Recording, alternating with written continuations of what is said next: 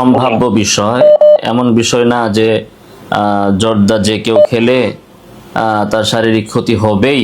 যদি আপনি বলেন যে শারীরিক ক্ষতি হবেই হবে, তাহলে তো আপনি সাবাবকে একেবারে আসলের ভিতরে রেখে দিচ্ছেন, ঠিক না? তো শারীরিক ক্ষতি হবে কি হবে না সেটা আল্লাহ সুবহানাহু ওয়া তাআলার হাতে, এটা একটা সবাব। এখন অনেক মানুষ আপনি পাবেন সারা জীবন জর্দা খাইছে, তারপরও সে আপনার থেকে বহুত সুস্থ আছে, আমার থেকে বহুত ভালো সুস্থ আছে। আর বহুত মানুষ যে সারা জীবন জর্দা খায় নাই কিন্তু ক্যান্সার হয়েছে, এমনকি 10 বছরের বাচ্চারও ক্যান্সার হয়েছে, আর অথচ তার বাবা মা জিন্দিগিতে পানাও খায় না, জর্দাও খায় না, সেও জর্দা খায় না, কিন্তু সে ক্যান্সার হয়ে মারা গেছে 10 বছর 15 বছরে আছে। আবার কেউ জর্দা খাইছে পান দিয়া, তার বয়স 80 বছর, খাইতেছে, কিচ্ছু হয় নাই। এ হচ্ছে এক বিষয়। তাহলে এটা একটা সম্ভাব্য বিষয়। আর যদি আমরা সম্ভাব্যের থেকে একটু বেশিও ধরি, তো ডাক্তাররা তো বলে সাদা ভাত খাওয়া বিষ খাওয়া সমান। আরেকজনে বলে যে সাদা চিনি খাওয়া সমান লাল চাইলের ভাত খান, লাল চিনি খান। তারপরে আমরা যা খাই সারা দিন সবই ক্ষতি। ভাজা পোড়া বাদ দেন, তেল খাওয়া বাদ দেন, সব সয়াবিন, শুনেন, সয়াবিন তেল বাদ দেন, সয়াবিন তেলে ক্ষতি মানে বিষ। এই ডাক্তার একজন আছে, ডাক্তার জাহাঙ্গীর, তার আলোচনা শুনলে আপনি দেখবেন যে আপনি সারা জীবন যা খাইছেন সবই আপনি বিষ খাইছেন। তাহলে ওনার ওখানে যাইয়া কিছু প্রোডাক্ট পাওয়া যায় যেগুলো আপনার কাছে তিতা লাগবে, ওগুলো খাইতে হইবে আপনার। তাহলে এই যে আপনার এগুলো খাচ্ছেন, একজনের গ্যাস্ট্রিক আছে অথবা ডায়াবেটিস আছে, ডাক্তার বলছে গরুর গোশত খাবেন না, তারপরও তার জন্য খাওয়া কি হারাম হবে? ডাক্তার একজনের পাতলা পায়খানা, ডাক্তার বললো যে ডিম খাইবেন না, তারপরে ডিম খাইলো, ডিম খাওয়া কি তার জন্য হারাম হবে? তো এমন মানুষের একদিকে তারা দাবি করতেছে যে তারা সালাফি, অপরদিকে আসবাবের উপর তাদের এত পরিমাণে তাওয়াক্কুল যে জর্দা খাইলেই মানুষ মরে যাবে।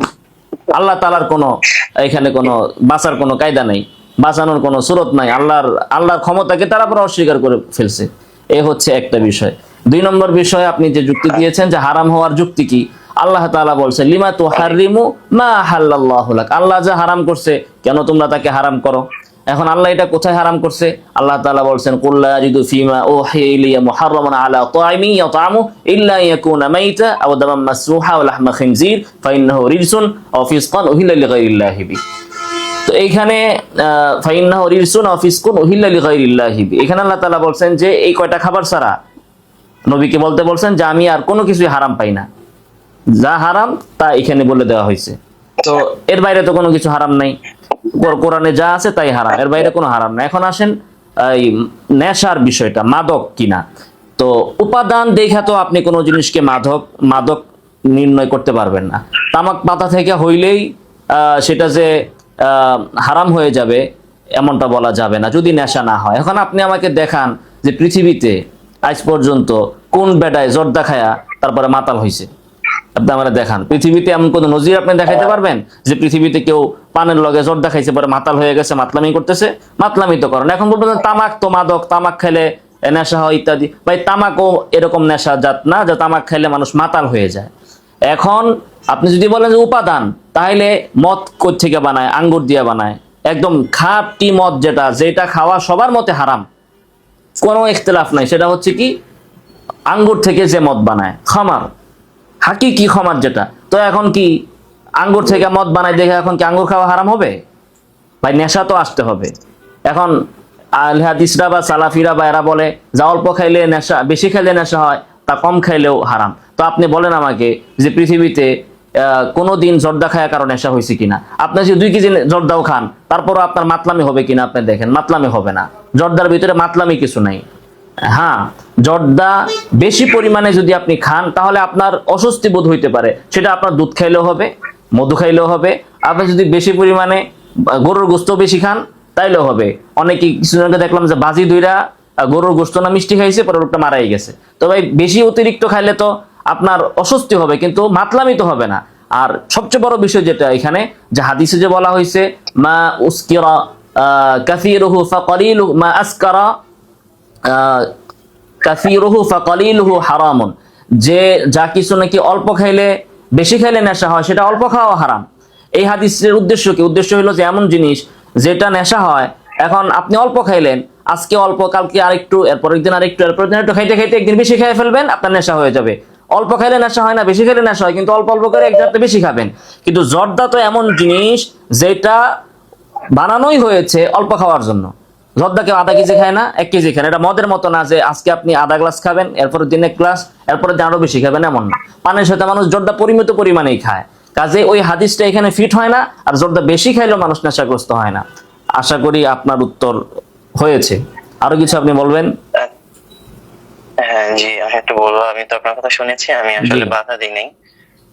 যে আমি একটু বলি, সেটা হচ্ছে তামাক পাতাটা কিংবা জর্দা বা সিগারেট যেটাই বলেন না কেন, আপনি যে গভীর ব্যাখ্যা করেছেন আলহামদুলিল্লাহ এটা ঠিক আছে। তারপরেও এটা আসলে আমার কাছে ব্যক্তিগতভাবে আমি বলবো, এটা আহামরি তেমন কোনো দরুরত না যেটা আমাদেরকে খেতেই হবে। আমি বলতেছি না যে খাওয়া যাবে না, কিন্তু আমি মনে করি যে তাহলে তো আমার কথাই আপনি বললেন, আমি তো এটা বলছি যে আমি তো বলছি যে খাওয়া যাবে না, বিষয়টা এমন নয়, তার মানে হালাল। তা আপনি তো হালালই বলতেছেন, হারাম তো বলতেছেন না। আমার সাথে তো আপনার কথা মিলে গেল। আমি তো বলছি যে এটা বর্জন করা উচিত, তবে হারাম নয়। আপনি বলতেছেন যে আমি এটা বলছি না যে এটা হারাম নয়, তবে আহামরি কোনো দরকারি জিনিস না। তো কোনো জিনিস বৈধ হওয়ার জন্য আহামরি দরকারি জরুরত হওয়া এটা জরুরি নয়। এমন না যে প্রত্যেকটা জিনিসই পানির মতো আপনার জন্য জরুরি হবে।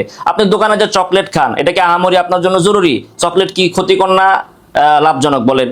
যত দোকানের চকলেট আছে, শিশুদের খাবার আছে, তারপরে আইসক্রিম আছে, তারপরে যে আপনার এই কি বলে জুস আছে, সবই তো বিষ ডাক্তাররা বলে। এই সবগুলোর ভিতরে কেমিক্যাল আছে, জরুরত নাই আপনার এগুলো খাওয়ার। তারপরে তো বাচ্চারা আইসক্রিম খাচ্ছে, চকলেট খাচ্ছে, এটা কি আপনি হারাম বলবেন? না, এটা তো অবশ্যই হারাম হবে না।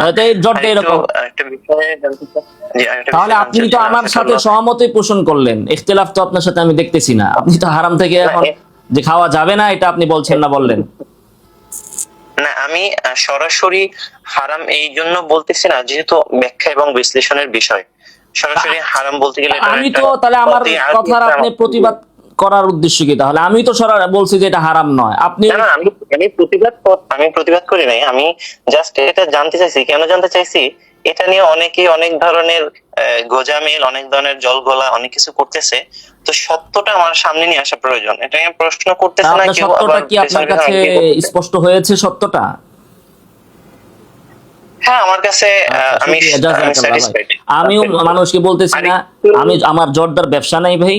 আমি মানুষকে জর্দার দাওয়াত দিতেছি না যে ভাই জর্দা খান, জর্দা খান, জর্দা খান। আমি নিজেও জর্দা খাই না, এবং আমার বাপেও জর্দা খায় না, আমার ফ্যামিলিরও, আমার ভাইয়েরাও কেউ জর্দা খায় না, আমার ছাত্ররাও কেউ খায় না। আমাদের উস্তাদদের ভিতরেও আমরা তেমন কাউকে, যতটুকু এখন স্মরণ পড়তেছে, ওরকম জর্দা খাটি দেখি নাই।